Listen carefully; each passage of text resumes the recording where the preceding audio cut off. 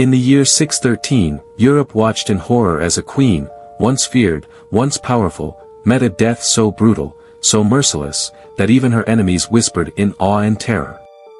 Her name was Brunhild. And on that day, her body was torn limb from limb by wild horses, dragged until no piece of her remained whole. This was not just the death of a woman. It was the execution of an empire's ambition, the silencing of a queen who stood too tall, for too long. Her blood stained the soil, but her shadow still lingers in the chronicles of the Dark Ages. Before we descend deeper into this nightmare, take heed, those who turn away from history are doomed to suffer it again. If you fail to subscribe now, you risk being dragged into the same fate, forgotten, broken, erased. Subscribe, or be condemned to repeat the horrors you are about to witness. Born around 534, in the kingdom of the Visigoths, a princess by blood, daughter of King Athanagild, Brunhild's early life was shaped in the courts of Spain, steeped in a culture long influenced by Roman law, Gothic traditions, and Catholic faith. She was raised knowing power, but not yet wielding it. Scholars believe she converted from Arianism to Roman Catholicism when she married, signaling her first act of political alignment. In 567, she took her place as queen consort of Austrasia, marrying Sigebert I, grandson of the great Clovis. Her marriage was more than ceremony, it was a declaration. A Visigothic princess would bring legitimacy, culture, alliance, and a dowry rich in lands and influence to the Merovingian fractious realm. At the royal court in Metz, Brunhild advanced not by charm alone, but by intelligence, boldness, and resolve.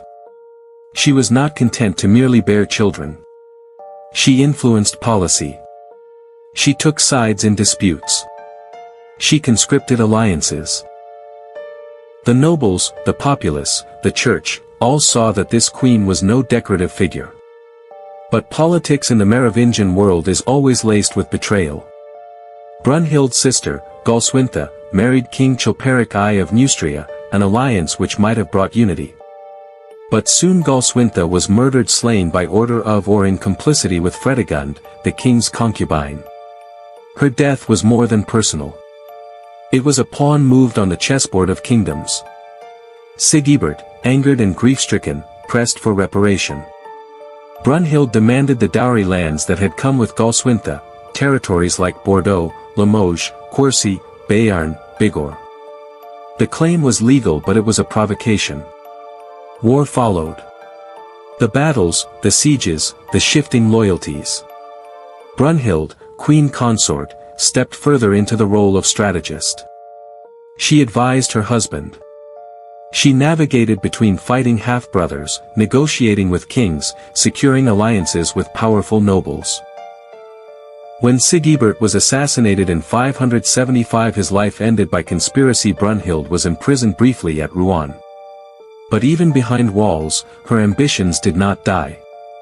She escaped, was released under conditions, and made her way to Metz to assume regency for her son, Childebert II. Here Brunhild's political mastery fully emerged. She governed in the name of her child. She managed courts, diplomacy, disputes, and defense.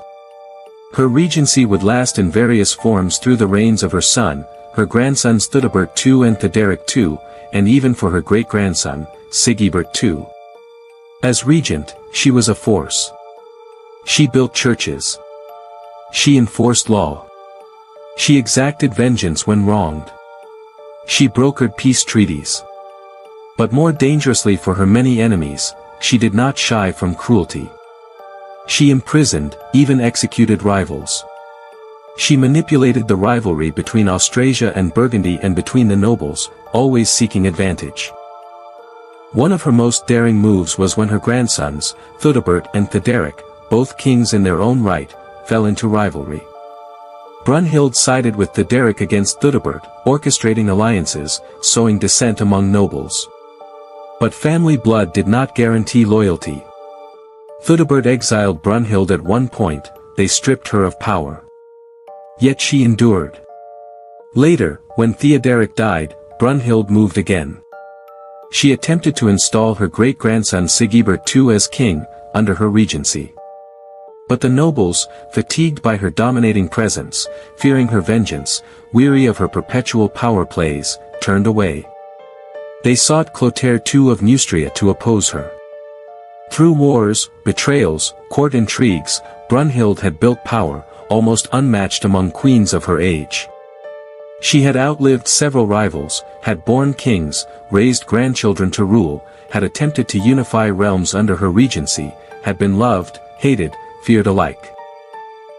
But in each triumph, the seeds of her fall were sown. The first tremor came in 604.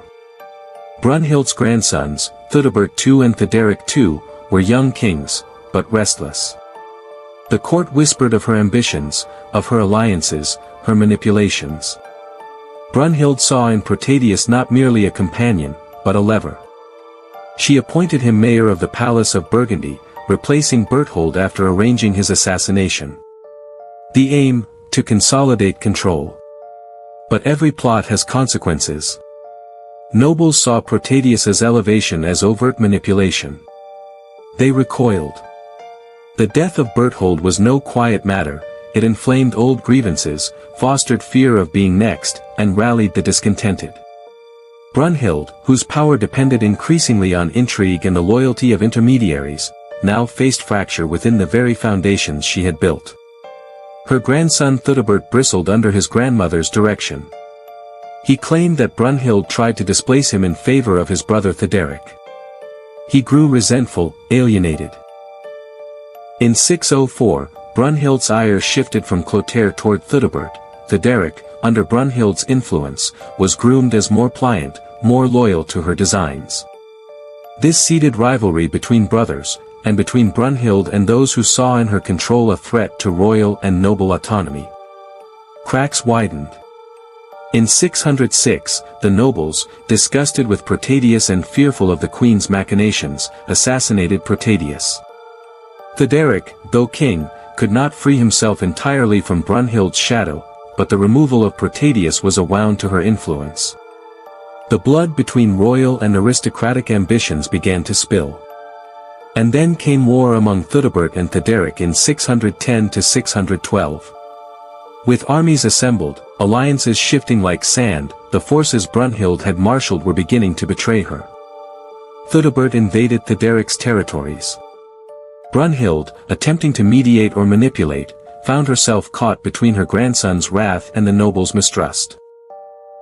Victory lay not just in battle, but in loyalty. And loyalty was fracturing. By 612, Theoderic defeated Theudebert and had him put to death, by some accounts by Brunhild's instigation. The consolidation of power seemed complete.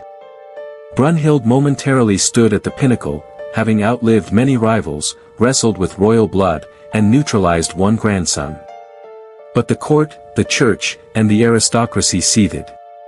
In the church, Brunhild's reputation suffered. Bishops called her cruel. Desiderius, bishop of Vienne, publicly accused her of incest and cruelty. The queen, far from stepping down, responded with force. 3 assassins murdered the bishop in retaliation. The realm watched. The skies darkened further. Her many enemies, the church, the nobles, the resentful grandsons, and rival kings, began to coalesce around one inevitable outcome. Though Brunhild still held power, it was no longer secure. She had made too many scars. Too many broken alliances. The turning point. When power amassed becomes a target rather than a throne. By the time the decade of the 610s began, Brunhild was older, past her prime as many saw it, but her will remained as fierce as ever. Her ambition had not cooled, if anything, it combusted with desperation. The kingdoms she once helped steer began chafing under her regency. The nobles saw opportunity. The church saw scandal. And her rivals smelled blood.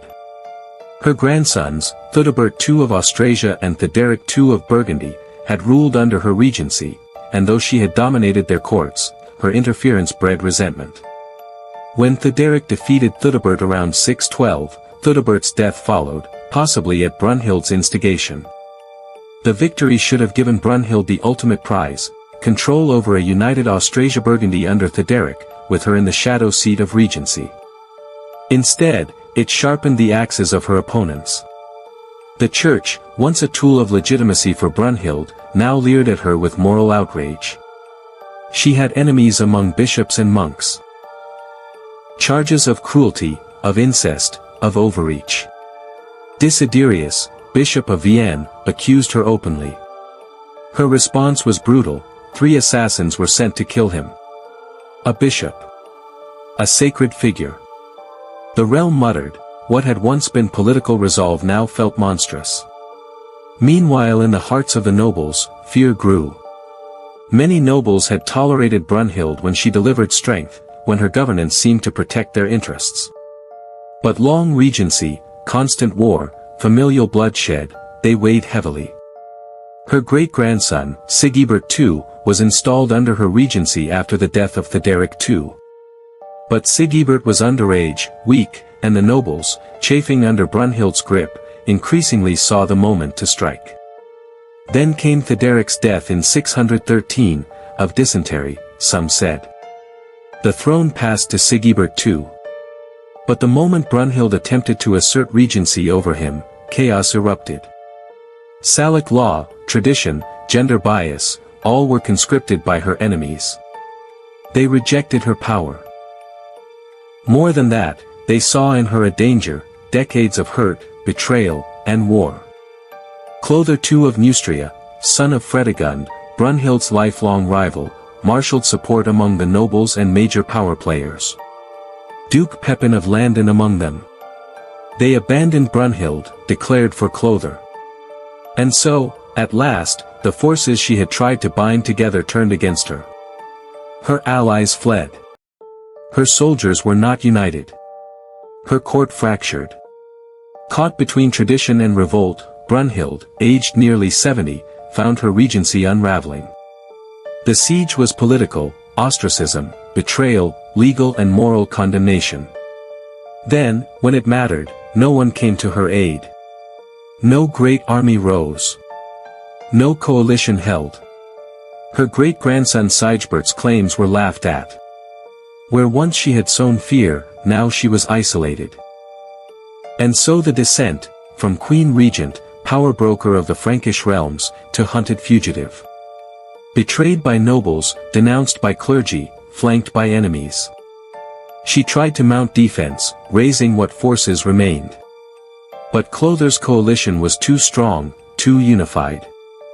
The nets closed around her, lands abandoned, allegiances broken, her great-grandchildren threatened, because by taking the throne through her, they too became targets. By mid-613, Brunhild stood not at the center of power, but at its periphery. Her prestige shattered, her influence evaporating.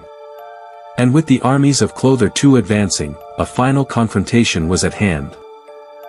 The moment of reckoning had come.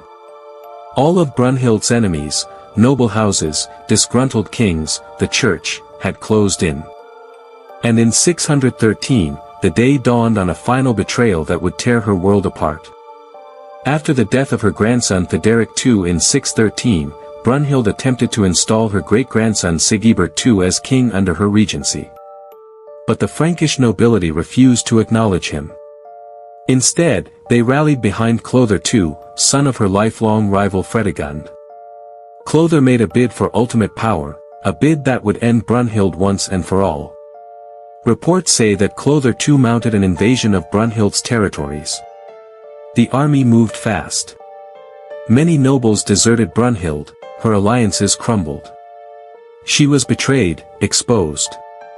In the face of this force, she could not muster enough resistance. Captured, they say, Brunhild was paraded through the army. She was displayed as both a prize and a warning, the corpse of royal ambition rotting in the open. Then came the sentence. Clother II ordered the cruelest of punishments. The queen, once the ruthless power behind thrones, was to be executed by being dragged apart, body torn limb from limb by wild horses. She was almost 80 years old. This execution, dragged, torn, brutal, was intended as spectacle. It was politics inflected through violence, where eliminating a queen meant not just ending a life, but erasing an era of power she embodied. Even after the tearing, the story continues. Her bones were, according to some sources, gathered and burnt. Her remains were consumed by both the elements and centuries of memory and legend. As for Sigebert II, her great-grandson, he too was executed alongside her, his claim to kingship ended in blood. The line she had tried to maintain collapsed around her. And so Brunhild's life ended not as queen regent reigning over broad lands, but as a downfall, public, brutal, absolute.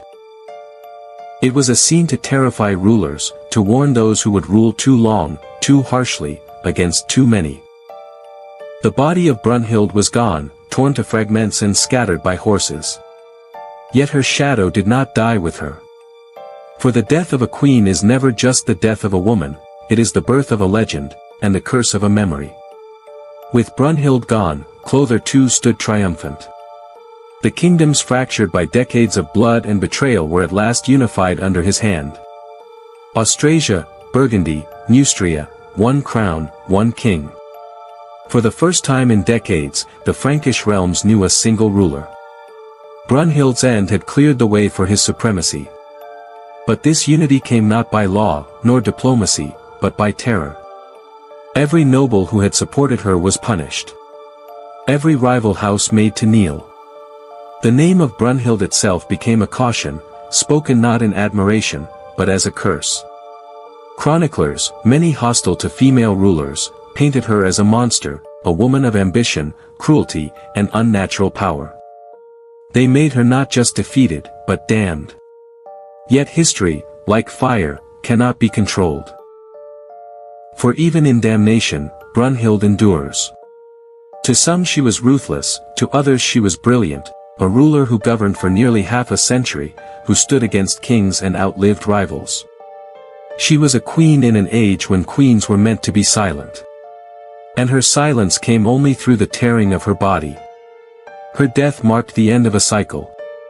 The feud between her and Fredegund, her eternal rival, had consumed the Frankish kingdoms for half a century. Both women now gone, their sons and grandsons either dead or conquered, the realm entered a new age, an age dominated not by feuding queens, but by kings who learned from the brutality of their mothers' wars. And yet, the lesson lingers. Brunhild's ambition carved kingdoms, but ambition turned to vengeance, vengeance to cruelty, cruelty to isolation. Her fall was not sudden, it was the long echo of choices made across decades. Every betrayal returned to her in the end. Every enemy she crushed returned in another form, until none remained loyal. Thus she is remembered, Brunhild, the queen who ruled like a king, and died like a criminal. Her name survives not as a whisper of peace, but as a roar of warning to those who would wield power beyond their measure. In the end, every crown becomes a coffin, and every throne a tomb. Brunhild's tale reminds us of this truth. For nearly 50 years she defied the order of her age, commanding armies, crushing rivals, bending kings and sons alike to her will. But power, when stretched across decades, curdles into fear. And fear draws daggers faster than loyalty draws swords. Her death was no accident of time, no quiet passing in a bed of silk. It was deliberate, designed to erase her, to make her body a warning, her name a curse. Torn by horses, cast down in shame, her enemies thought they had ended her story.